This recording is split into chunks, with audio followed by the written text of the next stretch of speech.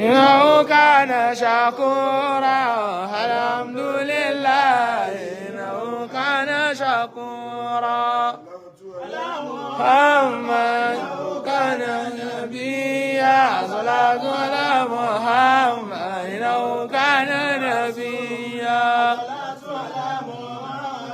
إنه كان رسولا صلاة على محمد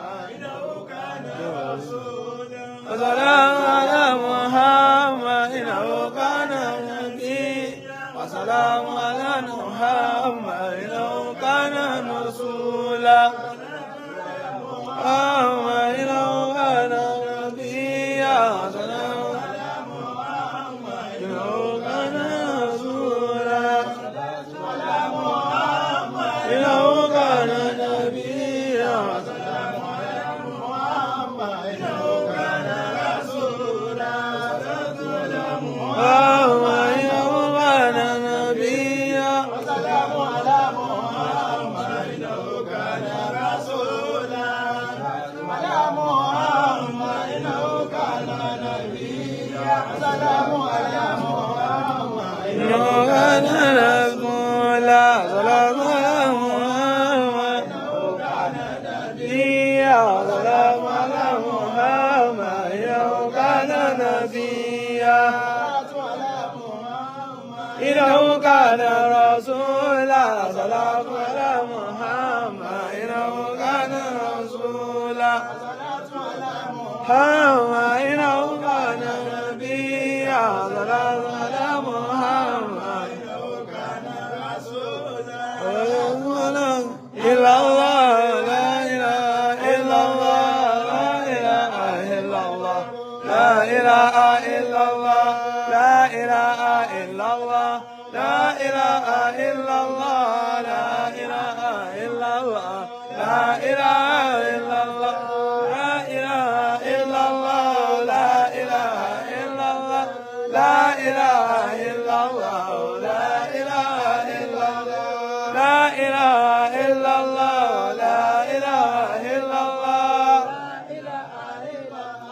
لا إله إلا الله لا إله إلا الله لا إله إلا الله إلا الله لا إله إلا الله لا إله إلا الله لا إله إلا الله لا إله إلا الله لا إله إلا الله لا إله إلا الله لا إله إلا الله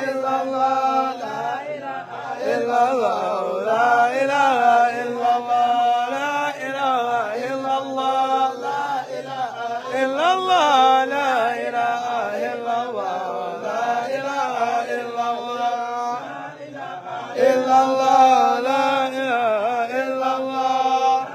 إله إلا الله لا إله إلا الله لا إله إلا الله إلا الله لا إله إلا الله إلا الله لا إله إلا الله إلا الله لا إله إلا الله لا إله إلا الله لا إله إلا الله إلا الله لا إله إلا الله إلا الله لا إله إلا الله إلا الله لا إله إلا الله لا إله إلا الله لا إله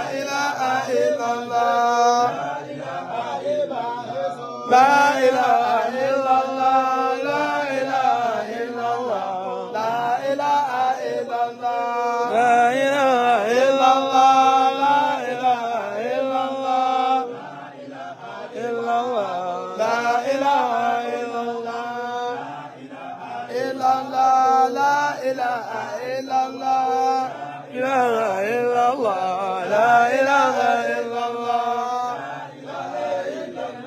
لا إله إلا الله لا إله إلا الله لا إله إلا الله لا إله إلا الله لا إله إلا الله لا إله إلا الله لا إله إلا الله لا إله إلا الله لا إله إلا الله لا إله إلا الله إلا الله لا إله إلا الله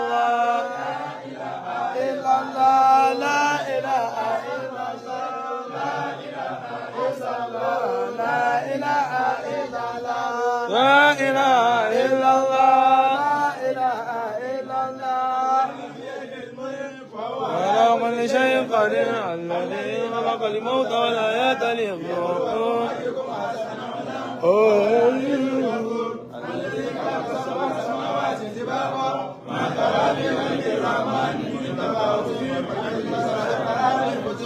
ثم البصر كرتين ينقلب اليك البصر خاسئا وهو حسير ولقد زينا السماء الدنيا بمصابيح وجعلناها رجوما للشياطين وأعتدنا عذاب السعير وللذين كفروا بربهم عذاب جهنم وبئس المصير إذا ألقوا فيها سمعوا لها شهيقا وهي تفور فكانوا تميز من الغير كلما ألقي فيها فوج سألهم خزنتها ألم يأتكم نذير قالوا بلى قد جاءنا النذير وكذبنا وقلنا ما نزل الله من شيء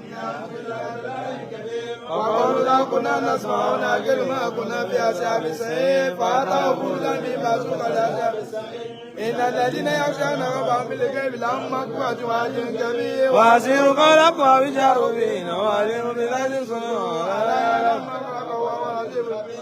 هو الذي جعل لكم الأرض فامشوا في مناكبها وكلوا من رزقه وإليه النشور أأمنتم من في السماء أن يعرج بكم أم أمنتم من في السماء يرسل عليكم حاسبا فستعلمون كيف النذير ولقد كذب الذين من قبلهم فكيف كان النكير أولم يروا إلى طير فقوم صافات ويقبضن ما يمسكون إنه بكل شيء بصير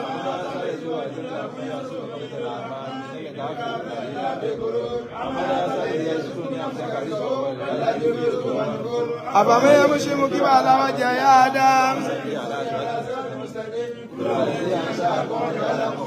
والأبصار والأفئدة قليلا ما تشكرون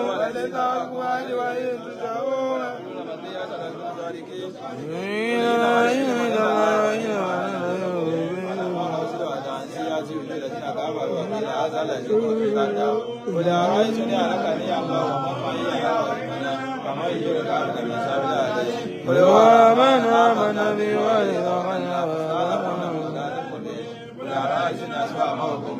فمن يأتيكم والله رب العالمين. بسم الله الرحمن الرحيم. ليلة القدر وما أدراك ما ليلة القدر ليلة القدر من ألف شهر بإذن ربي من كل أمر سلام ليأتى من الفجر. بسم الله الرحمن الرحيم. قل هو الله أحد الله الصمد لم يلد ولم يولد ولم يكن له كفوا أحد. بسم الله الرحمن الرحيم. قل هو الله أحد الله الصمد لم يلد ولم يولد ولم يكن له كفوا أحد. بسم الله الرحمن الرحيم. قل هو الله أحد الله الصمد لم يلد ولم يولد ولم يكن له كفوا أحد.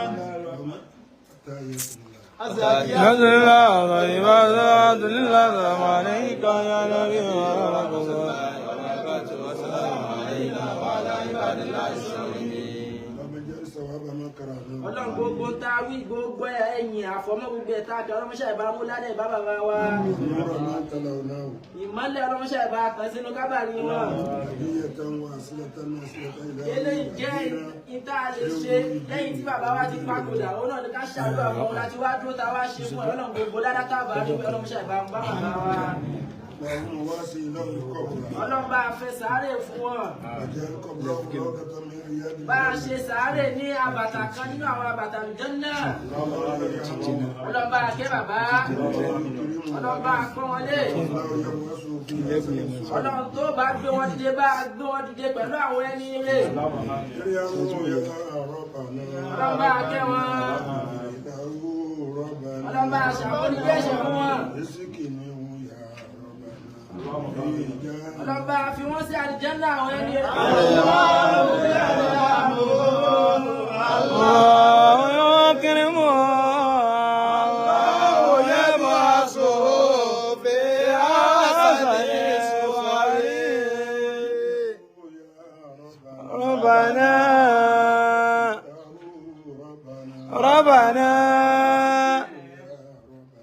ربنا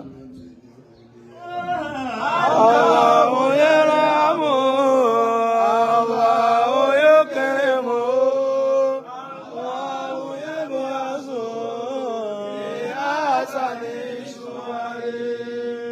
السلام عليك يا شيخ محي.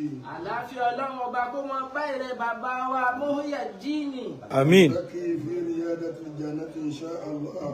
A nígbàgbọ́ pé ní ọgbà àlìjánnà láti jọ pàdé jọ tọ́lọ́run bá bá ní gbogbo wa pàdé.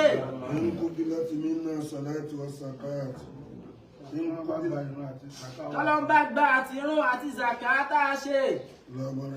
Ọlọ́run bá kẹ́ wọn. Àmín.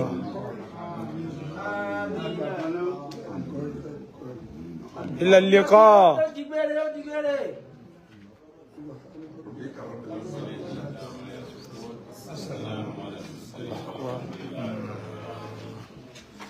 صلوا على النبي الكريم.